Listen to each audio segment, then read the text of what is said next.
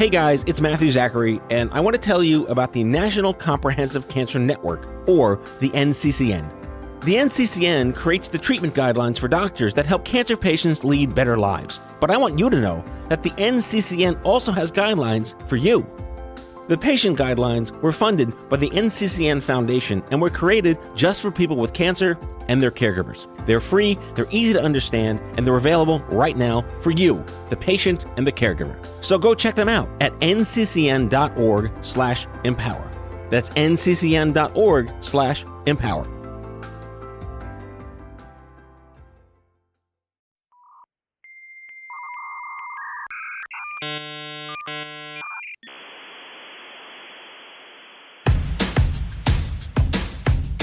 I'm as mad as hell, and I'm not gonna take this anymore!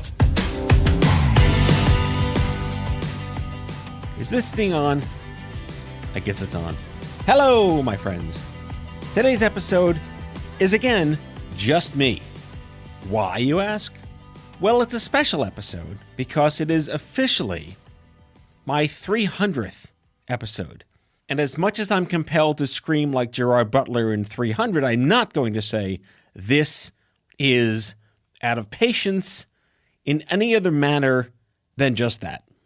So what I did was I had an intern print out every single episode of my show in terms of the guest, the title, the theme. Got to give that guy some credit, real credit. But a caveat, it's not my actual 300th episode in the sense that I've done about 100 other bonus episodes in the last 3 years or so. But if you discount the bonus episodes, which I'm officially doing right now, says me, this is the actual 300th episode according to our fabulous platform that hosts this RSS feed. But with everything I do, there's always a story. And I figured I'd share with you how I first got behind a microphone and talked about advocacy. And the brief way that I got there happened in 2002 when I was just this loner kid navigating his 20s after cancer diagnosis with no friends and no real life. And I had a job, and I found Livestrong through my friend Craig Lustig, who I think I've mentioned on this show. Craig introduced me to the National Coalition for Cancer Survivorship, a group you should check out. And through that and the origins of the Livestrong Young Adult Alliance, I met a woman named Selma Schimmel. Selma was a young adult cancer survivor many times over from the 80s and 90s, and she had the very first terrestrial, look it up kids, terrestrial AM radio broadcast.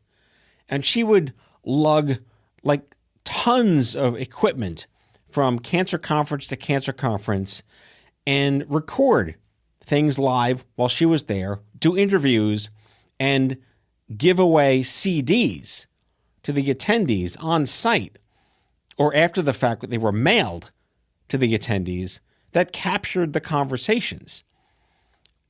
She was the original Howard Stern of healthcare. And we became very fast friends. We were both outliers and didn't really fit into the, sort of the cool kids crowd of cancer advocates, on the fringe, on the edge, a little rebellious, a little precocious. And she was like a big sister to me, a really, truly wonderful, beautiful woman. And she ran a nonprofit called Vital Options, and her show was called The Group Room. And I was a guest on The Group Room. I have to dig through the archives to figure out where that episode might live somewhere. But one day, her nonprofit was approached by a very eager startup at the dawn of streaming in probably 05 or 06.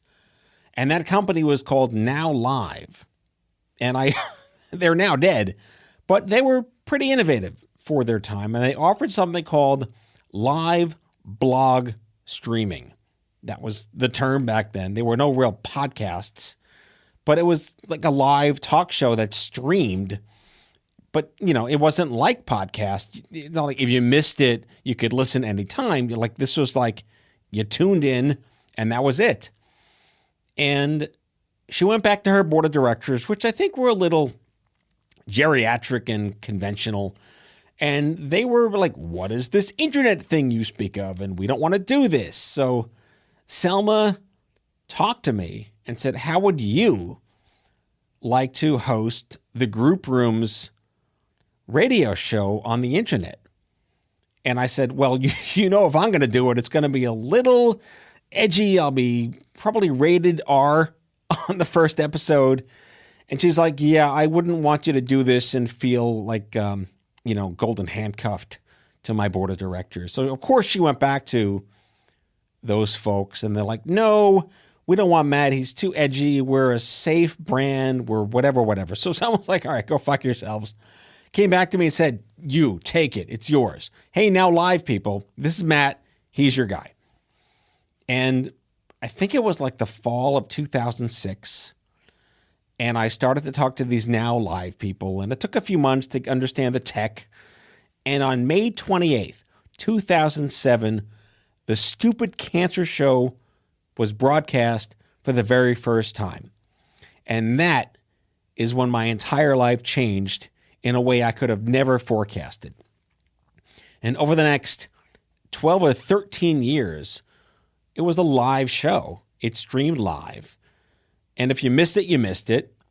But it was extraordinary. And eventually it became a podcast, first on iHeartRadio and then on Apple Podcasts. And then, of course, all the others ensued, Stitcher and Spotify and whatnot. But it was such a privilege to interview hundreds and hundreds of people. I think there were 500 episodes. And at the end of the day, when I stepped down, there were probably close to 5 million streams. Like this is not a shabby thing, a huge privilege. So when I stepped down from Stupid Cancer and I started this show, it's all because of Selma Schimmel. So I did want to pay respects. She did pass away a few years ago. You can Google her, Selma Schimmel. I will put show notes with a link to her bio and her obituary. But I'm dedicating this episode to Selma Schimmel because if it wasn't for her, I wouldn't be behind a microphone as the new Howard Stern of healthcare. It said someone else. I kind of like the term. I'm going to stick with it. So there you go. That is the origin story of me getting behind a microphone and saying, fuck all I want and getting paid to do it. Now, I got to say, I left Stupid Cancer. I stepped down in February of 2019, which I can't believe was over 4 years ago. And I did a bit of a prairie home companion tour around the country, visiting my friends and colleagues and asking them, what am I going to be when I grow up? What should I do now? And they all kind of said the same thing. We got to get you back behind a microphone, Matt. The world needs you to be, precocious and provocative, and you're an entertainer, but you also are an advocate, and you just like to call bullshit. You can say the things no one else is saying. You're saying what's in our heads. We're nodding our heads when you talk. All right, I'll do it. So, yeah, got behind a mic. I said, I'm going to do a show called Out of Patience because it's punny, and I'm a dad, and I can get away with it. I'm recording this on June 1st. Happy Pride Month. And I'm recording this 3 days after my 49th birthday and 1 month after my children's B'nai Mitzvah, Kobe and Hannah, indeed turned 13. Maybe most of you listening know my children. For those of you who go way back with me, you probably watched them grow up. They are the official Truman Show children of young adult cancer. So I've had a pretty interesting couple of weeks, minus some food poisoning, but, life's a sine curve, and it's better than the alternative. In fact, Mayor Lou says hi. I got to see him, my dad, Mayor Lou, and his quote is always, "It's a good day when you're above the grass." I'll take that any day. So yeah, episode 1 was in 2019 before the world went to shit. And then all of a sudden, I'm on the air. I have no idea what the hell's going on, as didn't anyone. So I did a few episodes, and then, of course, the shit hit the fan and the world exploded. And like everyone else, I'm like, I don't know what's going on. But all of a sudden, people are like turning to me saying, Matt, what the hell's going on? Like, I just shared the fact that I had no idea what was going on. And I welcomed some really insanely amazing guests in that first season. So literally, episode 4 of my show was called COVID-19 Explainers, Lung Cancer and the Pandemic, when no one knew anything. And I welcomed then Guidemark CEO Michael Parisi and Andrea Ferris, the CEO of Longevity, which is one of the more dominant, credible lung cancer groups in the country. And we waxed poetic on what the hell's going on. And it was great. On March 27th, that would be episode 7, I welcomed Dr. Matt Lamb from Columbia University Medical Center to do a COVID-19 explainer.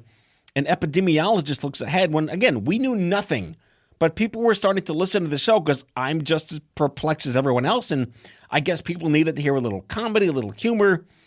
4 shows later, I'm talking to the head of the Lymphoma Research Foundation on immunotherapy and COVID, and then we did an immunotherapy series with the FDA, a COVID explainer with Jean-Luc Neptune on mental health.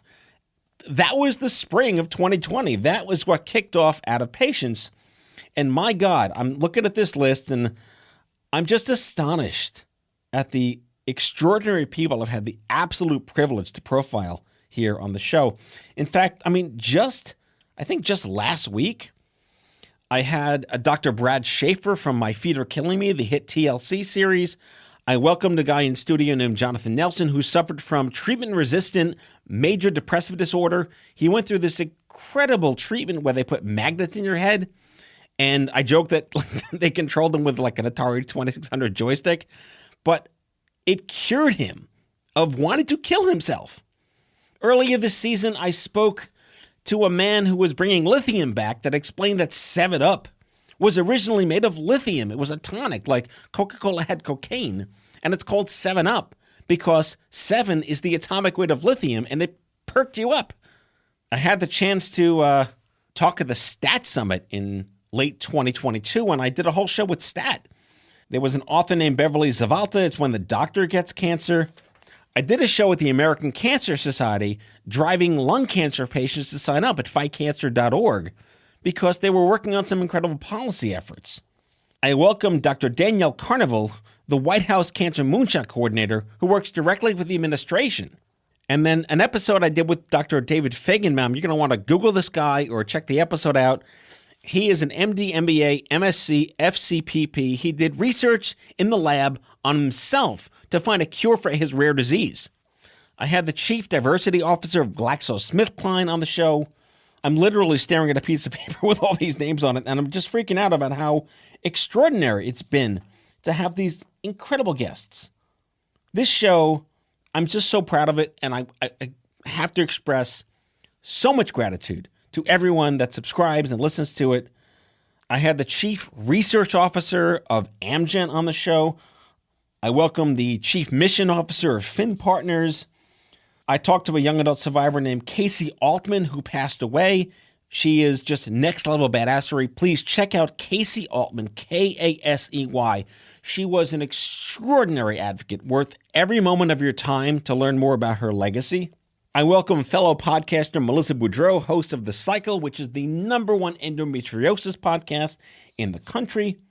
You know, it's like picking your favorite child. I don't really have a favorite, but out of just pure random happenstance, one of the first 10 guests on my show happened to be one of my music idols. Most of you may know I'm a concert pianist, entertainer by trade, and during my undergraduate studies in music, I glommed onto maybe 4 very specific New Age artists as part of my ethnomusicology program. You might know the names Enya, Yanni, David Lance, George Winston, but John Tesh, like of da-na-na-na-na-na, Entertainment Tonight in the 80s and 90s, John Tesh is an extraordinary musician, and he was on my show. I mean, I fanboy a lot with having people on the show, but my God, how the hell did I get John Tesh? In any case, it's been such an honor and a privilege to sit down here at the mic, talk to extraordinary human beings about their stories. You know, everything's dark comedy and dark humor, and that's, we need levity. We need a little entertainment in the horribleness of all of this. There's nothing good here, and there's all things good here. And I'd be remiss to point out that I had my kids on the show. The Kobe Hanna episode of Adaptations will be put in the show notes because that's one for the books. And I think they were like 10, and now they're 13. So I gotta get them back this summer, I promise. In any case, I wanted to keep this short. Maybe it is short, maybe it's not. I think I'm at like maybe 12 minutes now. But I'm just reflecting. 300 is a big number. And I just want to thank everyone for making this happen, making this possible, being a supporter, believing in me, telling all your friends to subscribe. Please like and subscribe. But like anything, there's a great team attached to this show. It's not just me. Behind the curtain, there are extraordinarily talented human beings that make all of this possible. And I want to thank them as well. So without further ado, I'm going to say goodbye now. You're going to hear this next Tuesday as I record this on a Thursday. And I want to wish you all happy June, happy Pride Month, have a great summer, and I'll be around. You can guarantee it. Thank you so much. I'll talk to you soon. Bye-bye.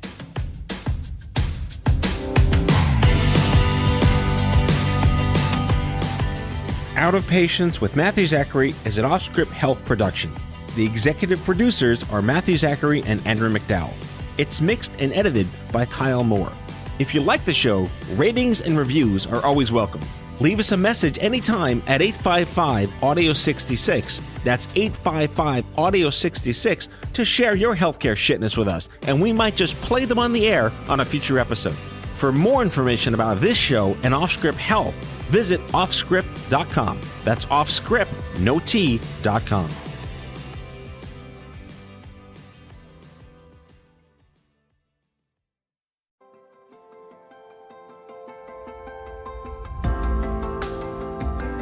The COVID-19 pandemic showed us how a microscopic virus could upend our lives and how unprepared our society was for it.